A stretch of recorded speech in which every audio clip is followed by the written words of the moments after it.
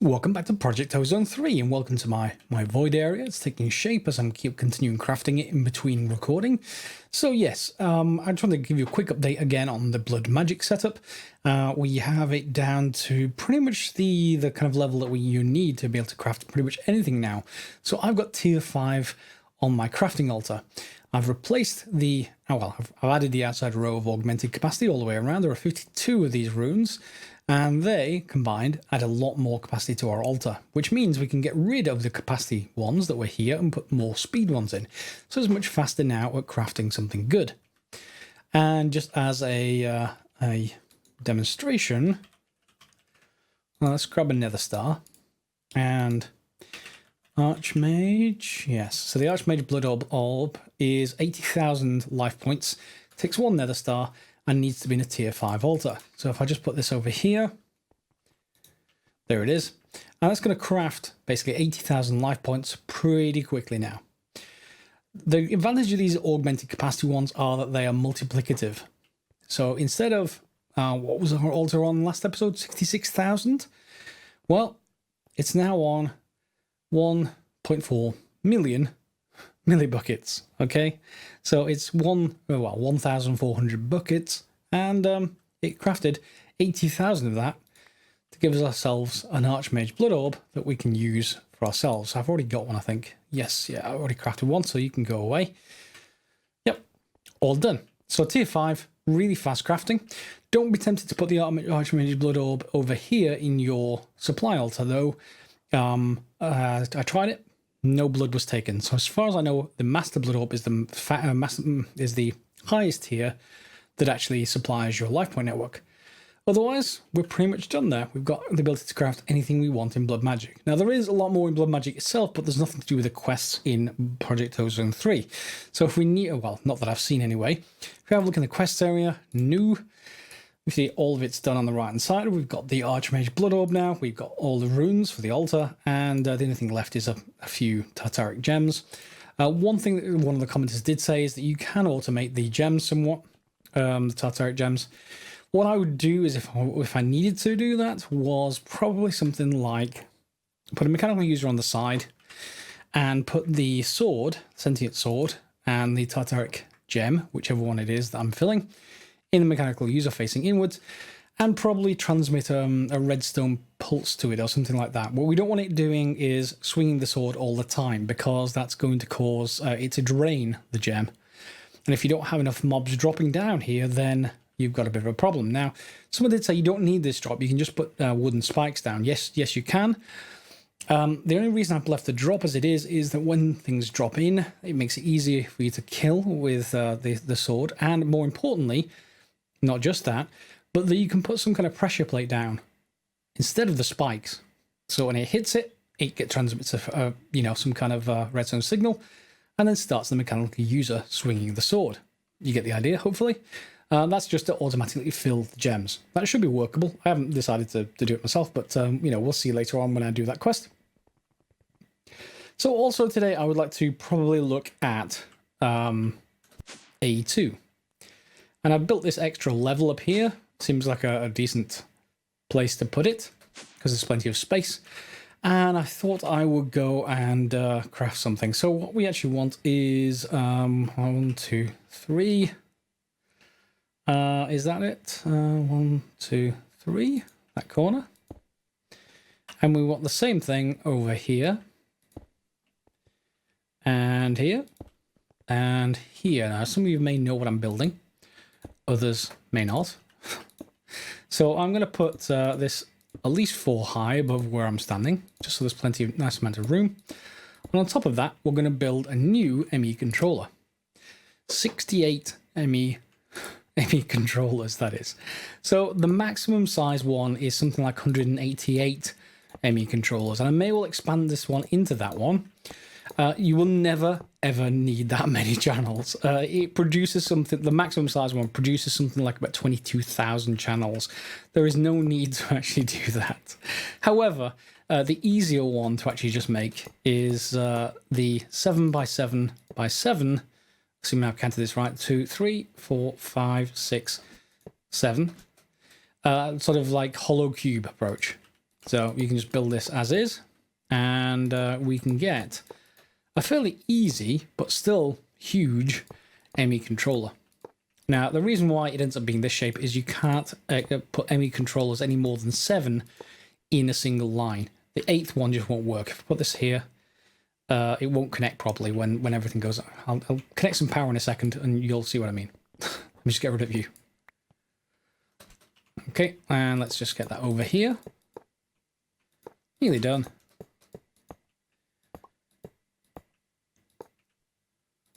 There we go. Giant cube. And we can knock out the support blocks if we wanted to. So with that, do I have any coils? I'm just wondering whether a Spectre coil will transmit directly or not. Let me just make one of those. Make one of the next tier up, then the next tier up. Next tier up requires something like a modified ender pearl. And more of the string. Okay. And this just happens to be able to transmit like 20 RF, 20,000 RF per tick. Not that we're going to need that much, but can we just stick this around the side? Does it need an energy acceptor? Nope, there it goes. Cool. So it is very decorative, I will admit. And if we just ask for another ME controller, let me just see if I can make one. Yes. And what happens if I try to add this to here? Yep. Invalid. So, you know, 7x7x7 is the maximum size you can make it, although you can make other shapes. This just happens to be a good one. Now, if we go for the maximum one, what you end up with is almost like a modified set of pillars on the inside, like a checkerboard pattern, like a chessboard.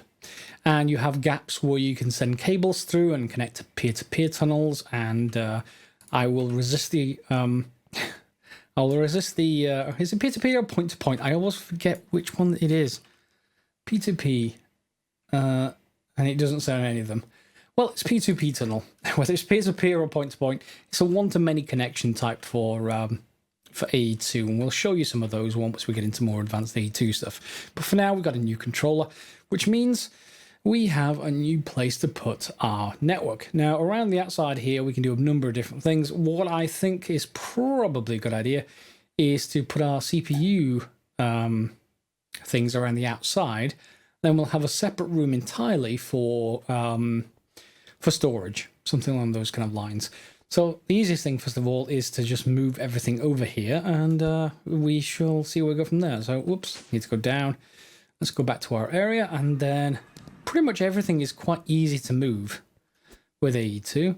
The auto crafting can come back later, but everything else we can just pick up with the drives and head over there. And here we are, all moved in. We've got our sort of brain, if you like, for our auto crafting, at least the first one, in here. And I've moved everything up here to the top. That's just miscellaneous, our I/O port, the input to our main network, the security terminal, which you will need to relink, by the way. So just put your wireless back through once this has got power and connected and everything. And then our existing lonely little molecular assembler, which we'll be changing very shortly. So we've got all of this nicely set up, and you'll see right, it's all sort of separated. Now, if we go back to our old place, everything's nice and cleaner now, but, you know, this sort of ear thing is very early game, so we'll be getting rid of it pretty soon. And I think we'll probably even be getting rid of this. I think we'll move across to those multi-blocks fairly soon as well. And we'll create the larger version of these input hatches and the larger version of these. There's like an extreme size one that will take all the outputs possible. This is continuing to just create stuff all by itself, but yeah, we want other automatic resources coming through. And therefore, we don't really need these. All these, I kind of want them, but I don't want them here. I think I want us to use maybe compacting drawers, or possibly the other thing I could think of is something like this, quantum storage units. So just like the quantum tank, this thing will be able to store, yeah, basically 2 billion items. And you can decide what goes in there, of course, but it'll only store one particular type of item. Just like these, the only advantage that you get with compacting drawers is that it lets you store, well, or lets the system see blocks and the ingots and the nuggets all for free. And it all points to the same thing. So what we do need to do for each of these is basically add emerald upgrades to them all, and emerald, emerald, emerald, all the way across, and that should be able to store what we need. So to get that going, first of all, I think, and we'll get rid of some of these this sort of miscellaneous stuff over time, but for now, we're cleaning this this home dimension up quite nicely. Why don't we start with, yeah, linking up the systems and then putting something into place. So let's just go across to our new void world. Well, yeah, newer void world. And head upstairs. And then we'll look at creating something for storage. And maybe we'll just put it, you know, along one of these edges or something along that kind of lines. Because eventually we're going to move the storage elsewhere. Well, yeah, maybe I'm going to put the storage up above somewhere. And then if I'm going to put it on another floor and I put the CPUs around the outside here, we'll have a little bit of room. Why does it keep creating those? I have no idea. That keeps on coming back. Very odd.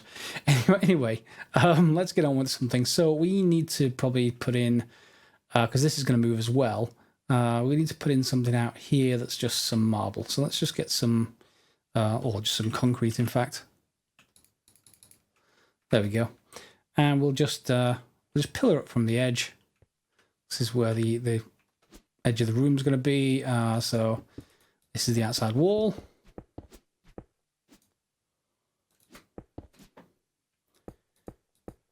There we go.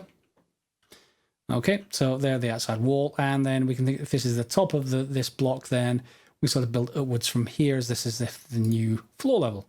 So with that in mind, then we're going to need to make some more compacting drawers and then use them. So compacting drawers. Already got a couple in there, but we're going to need more of those. And it might be helpful if we just get the system to actually make them. Do I have any patterns spare? Whoops, pattern. Yeah, I've got 2, or more than 2. Let's just craft about 20. Yep, there we go. That won't take very long. Well, hopefully not very long. Ah, there we go. We can see exactly how fast it is. Okay, so the patterns then we will then encode, and we'll get this the right way around. Sort by number of items. Pattern. Okay, and then we're going to want compacting drawers. Well, we want the drawer controller first of all. We could move it, but we've already got one. Is that the slave? Yeah, we need the actual final controller. How much of that do we have? All of it. Good. Well, this is the pattern terminal. Drawer controller. How much of this do we have? Just need the redstone. And there we have a new controller. A couple of compacting drawers, and then we're going to just basically build outwards from there. So compacting drawers. Let's sort of train the system how to make those. And most of that's going to be, I suspect, crafting whichever basic drawer we're going to go for. Let's just go for the oak one. Okay. And the system needs to know how to make a chest. Does it already know how to make chests? No, it doesn't. So let's just make chests. And does it know how to make planks?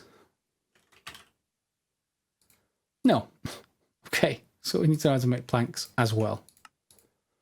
So, one basic drawer, oak, chest, and planks. That's most of it. Drawer, compacting drawer. So down here. And pistons, it definitely knows how to make. So everything else is already in the system, as long as I keep enough stone in the system. Fine, you can all go into the interface terminal. So we just distribute this wherever we want for the moment. We'll organize it a little bit more later. And then we just want the recipe itself for the compacting drawer.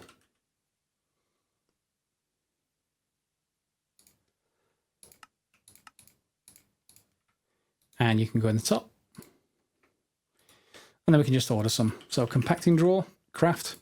Why don't you just get me, I don't know, 20 to start? You're short on stone. That's what I thought we'd be short on. I don't have a stock keeping system for stone, and it's used for blood magic a lot, so I tend to use up whatever I've got in the system. We can, I think, can we use one of the what is it? One of the machines I was thinking of. Not one of those.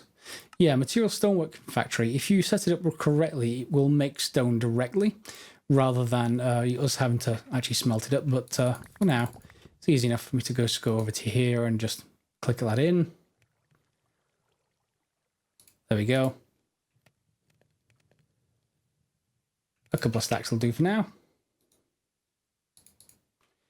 And then we can order in from in here, can't we? So compacting and let's just make 20. Good, go. And that's now done. So we can just order more of those. And then all I need to do is really send stuff from over here over to over there. And the easiest way to do that, let's just grab a couple of ender chests and create a new channel for them, just so that it's not trying to drag into our main AE2 system at the moment. We're just going to transfer everything from here over to the other side. So we just got a grey white white channel, or light grey white white I should say, and we'll use those to go over there. Also, while I'm actually doing this, it makes me realize I need a better pick. This one and the other pick that I've got, which is the Tinker's Construct one, it's just not very fast, and we need something much faster than this. So let's solve that problem as well. So in the meantime, let's just solve this one. So we are going to drag everything out of here with Ender.io. Ender.io, item conduits. And we're going to set that to always active, and this one to insert, and it should start filling. Yeah, it does. And then we're going to go over to our void world, and we're going to set up another system on the other side with the other thing. And then we'll be able to put our storage bus back and get back into business with everything in here. I should put an elevator at the top. That's probably a good idea. Elevator. Yeah, I do have another one. And there's no problem putting it on multiple floors, essentially. It's not a, there's no limit to that. We will probably, if we go for the fully maximized AE2 ME controllers, that sort of setup, then I will probably have to remove all this because, yeah, it requires this space as well at the top. But for now, yeah, cool. All right, and then we want to make sure that we got some lights out here. So let's just grab some concrete with painted glowstone. Yep. And you can just go, let's say here. There we go. Nice and lit up. And then we can just put our draw controller in at the end. Or do we want it one further in? I think we want it one further in, so I'm going to have to put another light down there. Just because I want the outside of this thing to not be the back face of the drawers. And then we can put our compacting drawers in, either side. Oh, you have to put these down on top of a surface, now I remember. So we're going to need to fill this out a little bit. No big deal. Let me just fill that way. And we'll go this way as well. Is there any dead spots? Yeah, there is at the end. Let's just put in some lights. I do like the Ender.io painting machine. It just sort of makes a nice sort of area rather than torches all over the place, which can look sort of awful. Once you've done it one or two times, it can look awful.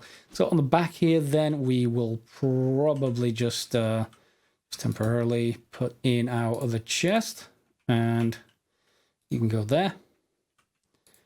And then we can tell it to import everything. Grab our Yeta wrench, shift left click, and you will get the option to change various directions. So north would happen to be the insert side, and up would happen to be the extract side. And that should start pulling stuff in. It has, good. And then on this side, we can, for now, just put a storage bus on this. And we can put a high priority now on it. Now, if you put a high priority on this and you start inputting stuff into your system, it will try to actually store it in your draw controller network.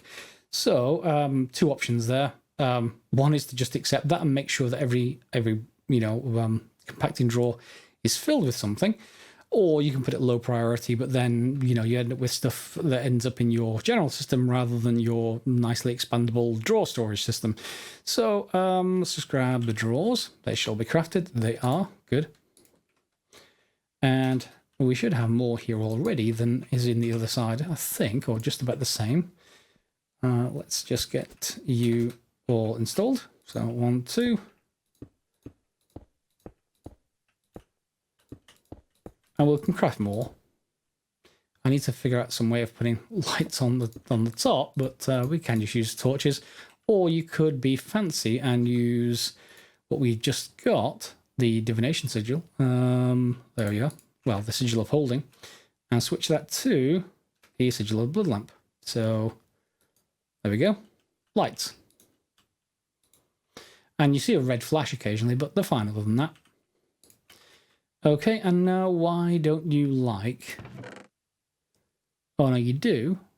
What are you actually doing? Why are you cycling like that? Are you being pulled out by another system somewhere? That'd be very odd. No, it is feeding in, but it's feeding... Oh, you know what it's trying to do? It's trying to feed in nuggets from the other system, I think. And we don't want it to feed in nuggets, so the easiest way then is just to disconnect the other side of the system. So if we just go over here... Ooh, spawn points. Probably should sort those as well. I would have thought that the ME controller actually gave some light. Doesn't seem to. Fine. No more spawns randomly on top of me while I'm looking at my ME system. Okay, and let's head over here and just disconnect you.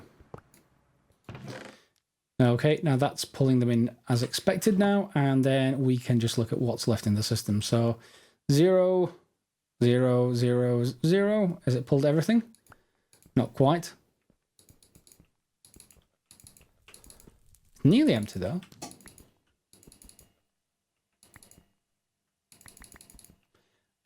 Do we have anything else?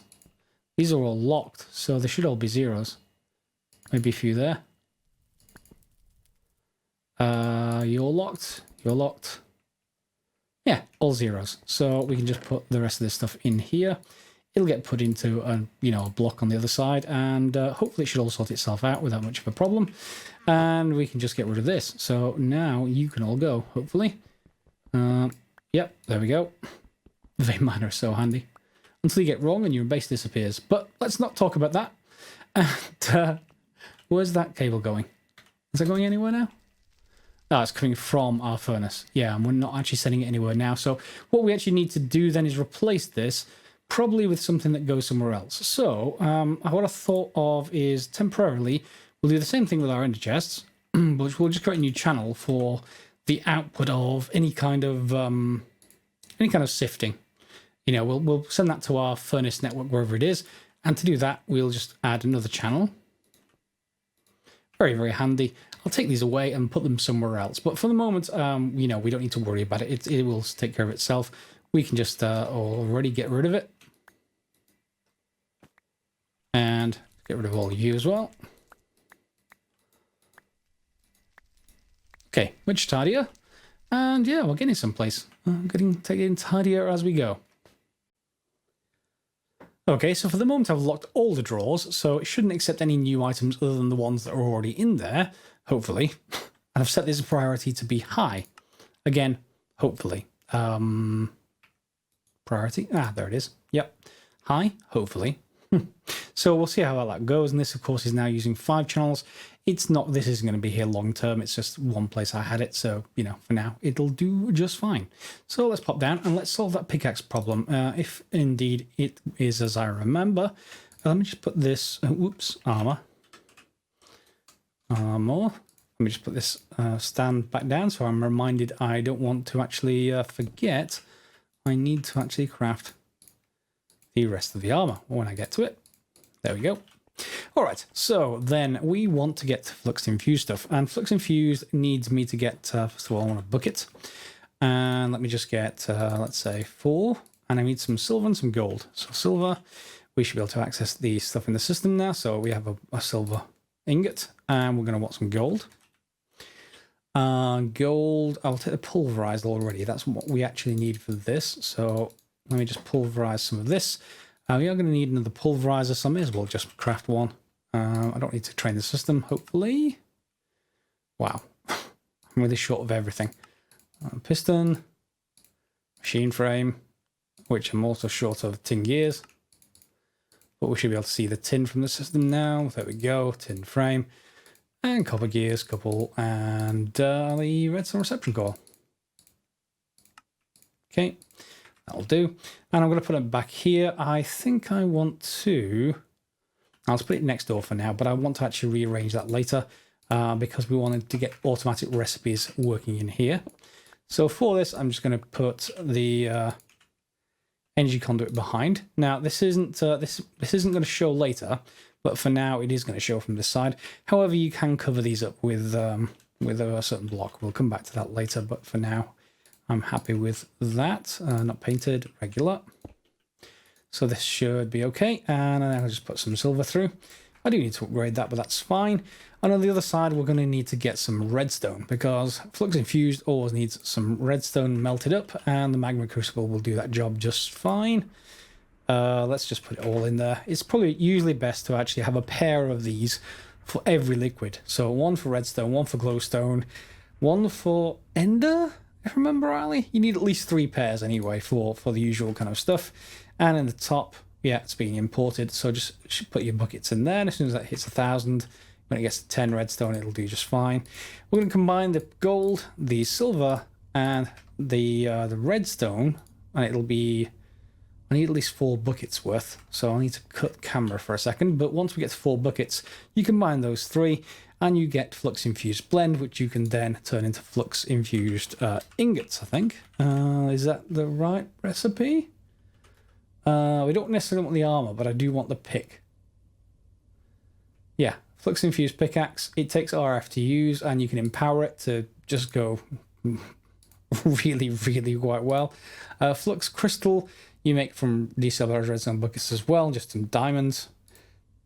The obsidian rod is straightforward, so then we just probably want to make some seeds to actually get this going. So the seeds, as usual, I suspect will take 4 ingots. Yeah, 4 ingots. And each ingot we can make an induction smelter using some sand and that Flux Electrum blend I was talking about. So I just need a few buckets. And with the buckets, just 2 of them, we can craft 4 Flux Electrum blend, which will give us hopefully 4 Flux Electrum ingots, which we'll then be able to turn around and use for our seeds. So that's 3, and the final one should be coming in right around now. There we go. 4 of them, and then we'll go into here and then look up the Flux Electrum seeds. Fluxed. There we go. So we need the blue kind. So crafting. Let's craft 1 of those. Yep, we can go ahead and just do it automatically, and then we want the Superium. Want to make sure we have 1, 2, and then we want another couple of, so let's just make 10 because we've got loads and loads of that. So we can just be able to just auto shift click this in, Fluxed. There we go. And there we go, Flux Electrum seeds, straightforward. Then we can get across over into, yeah, more quests, and we can go and set this up in our little garden area. Yeah, it's actually ready for another crop. Oh, you full of something? You are full of something. I've jammed it. Full of Skystone Essence or full of Nether Seeds. Yeah, this is going to spread immediately unless I delete this first. There we go. And let's put that back. Put this back, and then I'll go and diagnose why that's gone wrong. Probably on the other side, I've probably done something and not handled it properly, so excuse me a second. Yeah, I jammed up the crafters by basically crafting lots of ME controllers. I needed lots of the Skystone stuff, and ooh, another thing that needs taken care of. Yeah, I crafted I jammed up the crafters by adding all the Skystone arriving in them, and it basically jammed them up. Too much of the inventory filled, so now that that's actually working fine. This is more Flux Electrum than I will ever use, I'm sure, but the system is producing some, and occasionally I just swap them out because we've just got all these seeds here. We can just swap them with whichever ones we want. So with that done, then I just need the last couple of steps just to replace the pickaxe. So I should have at least a couple of buckets worth, if not more. Whoops, where'd that bucket go? There we go. Okay, is that out? Yeah, there we go. So then we just grab some diamonds, and that's pretty high in our list. And we can just craft, there we go, some flux crystals.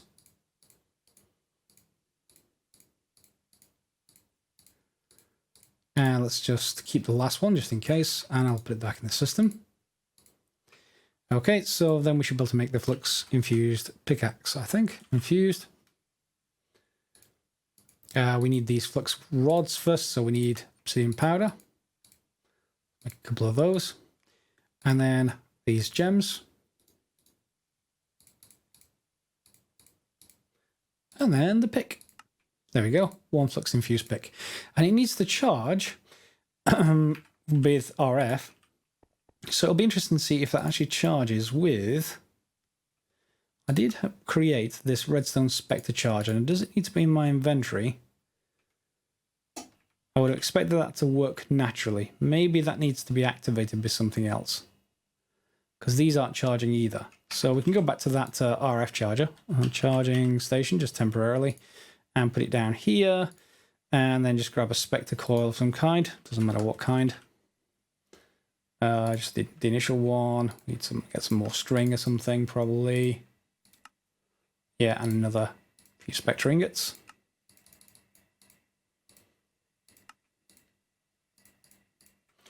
And I'll just put it on the floor somewhere. That was a light. I didn't want to take the lights away. Let's put it down there. That'll do for now. And let's put it just down there. Put the spectre coil on the underneath, I think. There we go. And that should have a range that should start charging stuff. It depends which thing it's going to start charging first. There it is. It's charging my boots first. And it'll work its way through all the rest.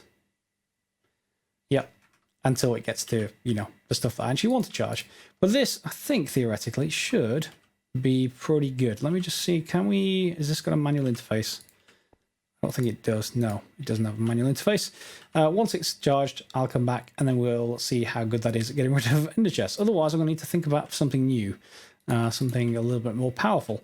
The activated version of this is extremely powerful, so you probably don't want that most of the time. In fact, what happens with this? That's terrible, so maybe it does need to be activated. 1 second.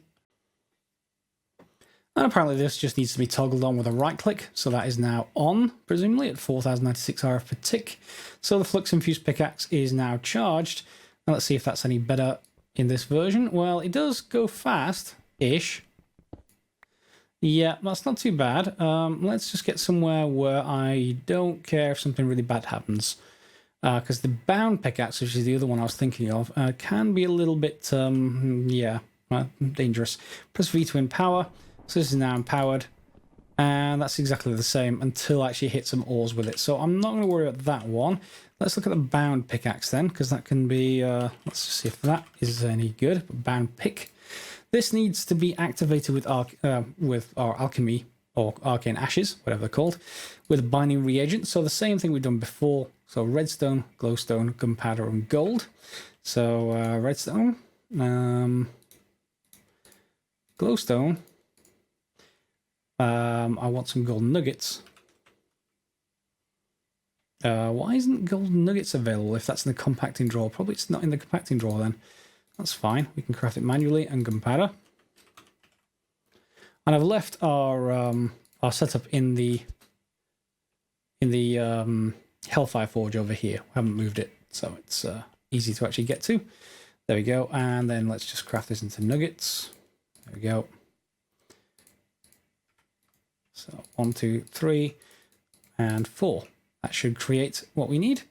And the other ingredient for that, let's just have a look. Binding reagent. So the bound pickaxe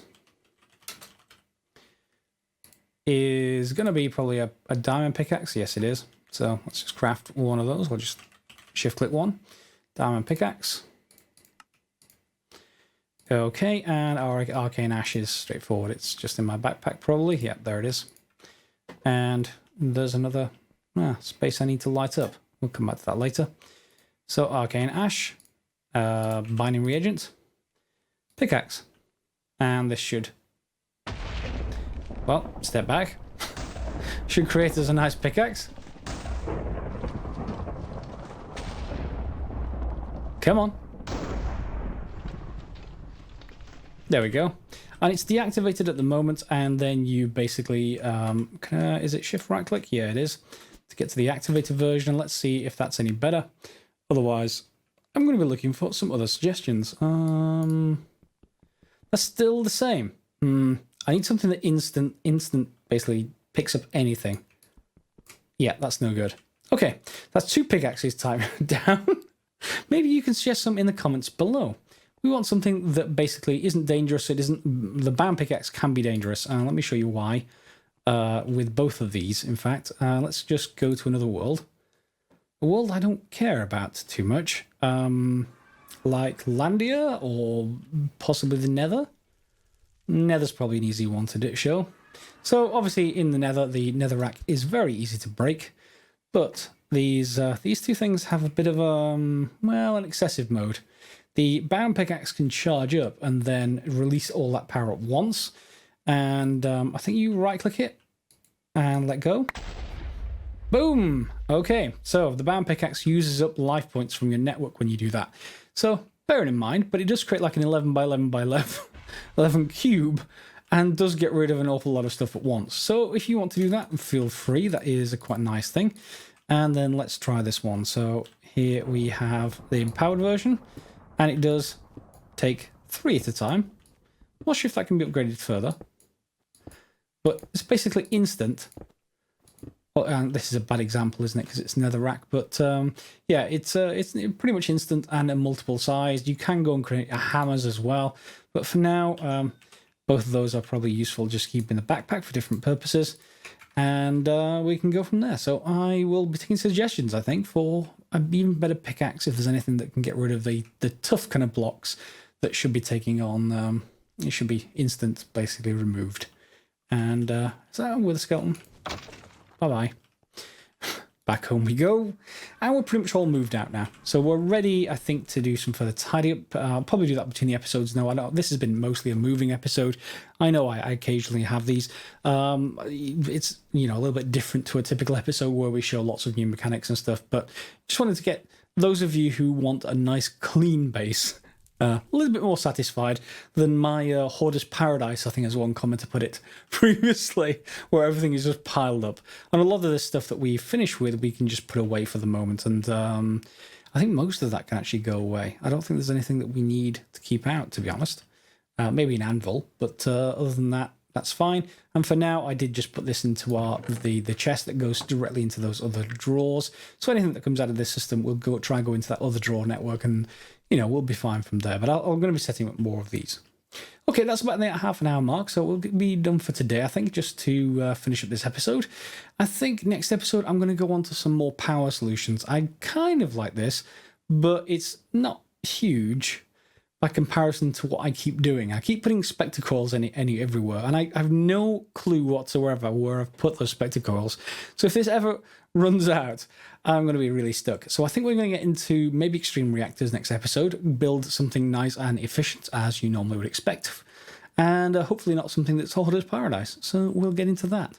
And once we've got that as a sort of advanced endgame power option, we can think about something even more advanced, I suppose.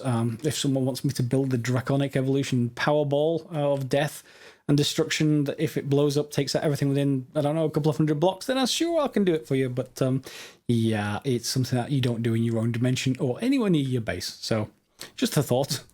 Anyway, as always, thanks for watching, guys. Feel free to give it a thumbs up if you enjoyed the episode. Or indeed put some comments if you've got any suggestions about anything that you've seen, like the pickaxes and everything else. Or if you've got any requests, really, for what we should build with our Blood Altar network. We could build the armor, I suppose, but we are working towards a much better armor anyway, so that's not really much of a problem. And I will see you next episode for some more Project Ozone 3. Click on subscribe if you want to see more episodes, or indeed, if you want to get notified about them, click on the bell, but, you know, all standard stuff. See you next episode, and thanks for watching.